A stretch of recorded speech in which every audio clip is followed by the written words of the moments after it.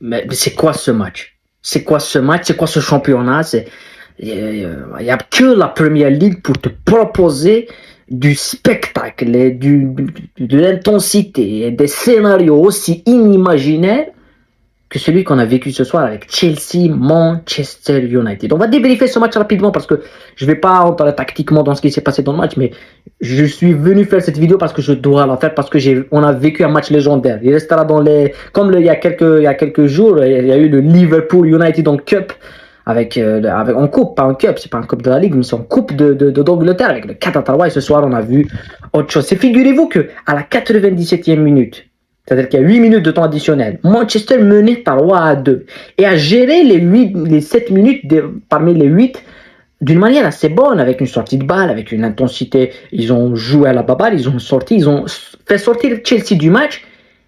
But de Palmer à 97 minutes et ça se finit 4-3 pour Chelsea avec un but sur un corner frappé où Manchester ils sont out. C'est le même but que celui qui a pris le Barça face à Liverpool en 2019 en Champions League avec Arnold qui trouve Origi et Manchester ils sont sortis complètement du match. Comment tu peux passer de toutes ces états d'âme avec tu étais en totale maîtrise du match, tu perds le match parce que tu le maîtrises pas parce que tu es out 4-3. C'est voilà, l'Angleterre est devenu le meilleur championnat du monde et de très loin parce que voilà, Brentford, Aston Villa, il faut voir le match. Newcastle, Norwich, faut voir le match. Chelsea, Manchester, faut voir le match parce que c'est des matchs de très haut niveau avec de l'intensité, du rythme. Entre eux, oui, parce qu'en Europe c'est pas le cas, mais entre eux c'est spectaculaire. Et pour moi, ce qui est très bien par rapport au match d'aujourd'hui, c'est que ça réhabilite un petit peu de légitimité à ces deux clubs. C'est-à-dire que moi, je vois des jeunes des gens comme moi, peut-être un peu plus jeunes que moi, qui regardent le match de Chelsea-Manchester et quand ça joue Chelsea-Manchester, on dirait que c'est des petits clubs qui jouent. Non, non, Chelsea-Manchester, même si ça joue le maintien, non. C'est Chelsea et Manchester United. C'est pas des petits clubs. Et ce soir, ça les réhabilite, ça leur donne de la légitimité d'être en Première Ligue et que ce match-là, ça réhabilite cette affiche. Ça veut dire que quand Chelsea et Manchester jouent, c'est une affiche de Premier League. C'est un choc de Premier League qui doit se jouer un dimanche à 16h ou un samedi à 13h. Les horaires des chocs de Premier League. C'est pas un match que tu vas placer à 16h le samedi. Non, voilà. Comme ce soir, ça a été mis jeudi, dernier match de la journée en prime time. C'est le match qu'on attend. Voilà, ça réhabilite un petit peu ces deux clubs, même s'ils sont dans la difficulté. Mais voilà, United, il y a quelques années, c'est Europa League. 2019, Chelsea, c'est champion d'Europe. Ça élimine le Real, ça bat City. Enfin, c'est pas des petits clubs, c'est des clubs légendaires. Et voilà, ça le réhabilite, ça leur donne toute cette légitimité. Après, pour parler voilà, on va rentrer profondément dans le match. Pour moi, il y a deux phases. Il y a la phase où Chelsea est rentré dans le match d'une manière exceptionnelle avec les deux premiers buts après seulement 20 minutes. Puis ça, évidemment, Chelsea, ce qui lui a pas permis d'être minimum européen en Champions League cette saison, c'est les fautes individuelles. Caicedo qui fait une faute individuelle. Puis en deuxième mi-temps, Badiashile qui fait une faute individuelle. Des fautes individuelles qui donnent à l'adversaire des situations de but et des buts. Voilà, c'est des buts tout faits.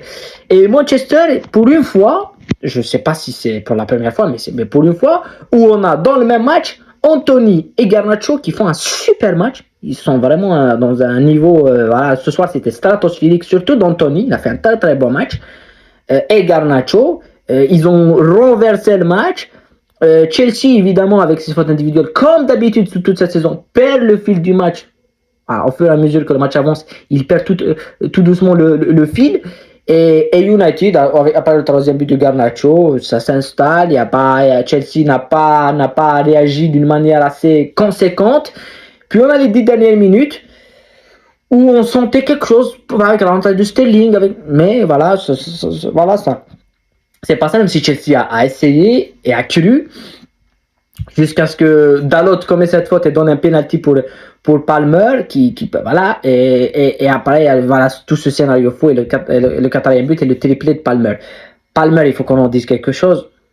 Ah ben oui, Palmer, c'est pour moi, j'ai jamais voilà, on parle pas cette saison par exemple, on parle souvent d'un joueur comme Bellingham parce que oui, c'est le Real Madrid, parce que oui, c'est voilà, c'est autre chose.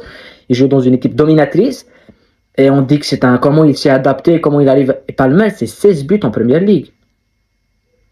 Palmer, c'est 16 buts en première ligue. C'est le deuxième meilleur buteur du championnat. Ces gens ne savent pas ça. C'est 12 passes décisives, Cole Palmer. Il n'y a personne qui fait mieux. À son âge, aujourd'hui en Europe, il n'y a personne qui fait mieux que Palmer. Il faut qu'on en parle de ça. Son impact à Chelsea, on dirait que c'est un vétéran, on dirait que c'est Frank Lampard. Pour moi, c'est Frank Lampard, Palmer. Parce que toute la presse, il n'y a que lui. C'est lui qui nous sauve. C'est lui qui nous sort des matchs des masterclass. On se rappelle au match aller face à Manchester. Chelsea perd 2-1, mais il met un but monstrueux, Cole Palmer. C'est le truc qui parle, il descend à la Messi. Mais j'ai débriefé le match. J'ai débriefé le match, la défaite 2-1 de Chelsea face à Manchester.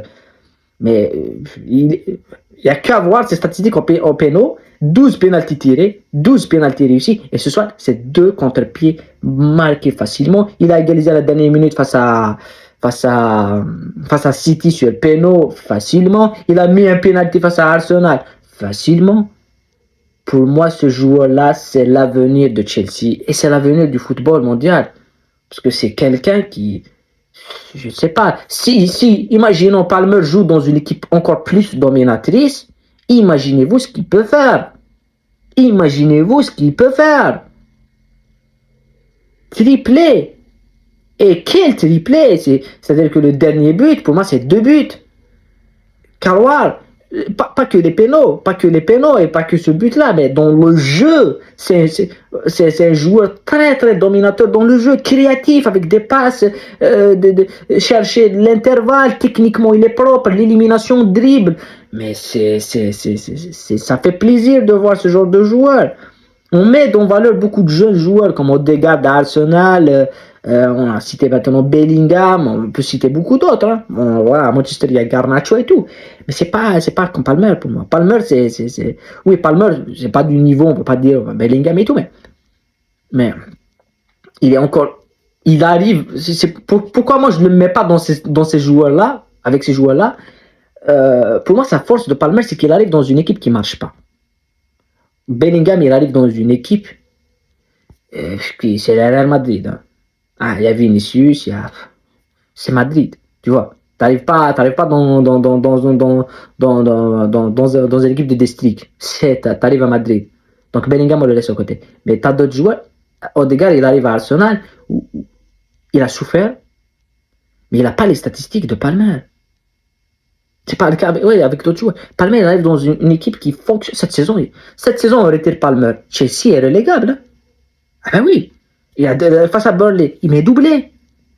Et quel doublé? Ce soir, il met triplé.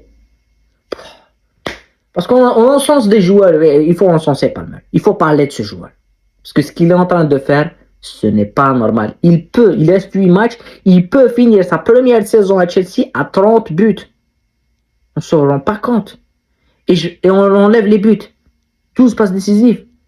Il peut finir meilleur passeur de Premier League et deuxième meilleur buteur de Premier League. Dans une équipe qui est 12e du championnat Chelsea. 11e. Magique. Palmer, magique. Quel joueur. Voilà. En tous les cas, on a assisté à un match, je vais dire, légendaire. Ça va rester dans les mémoires. Et Chelsea se relance pour jouer peut-être à la conférence ou l'Europa League. Mais bon, en Premier League, tout peut arriver.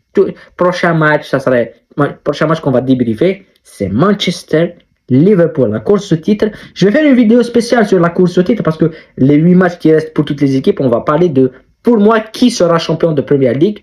On va essayer de pronostiquer tout ça et on se retrouve dans d'autres vidéos. En tous les cas, prenez soin de vous, la paix sur vous et à très bientôt.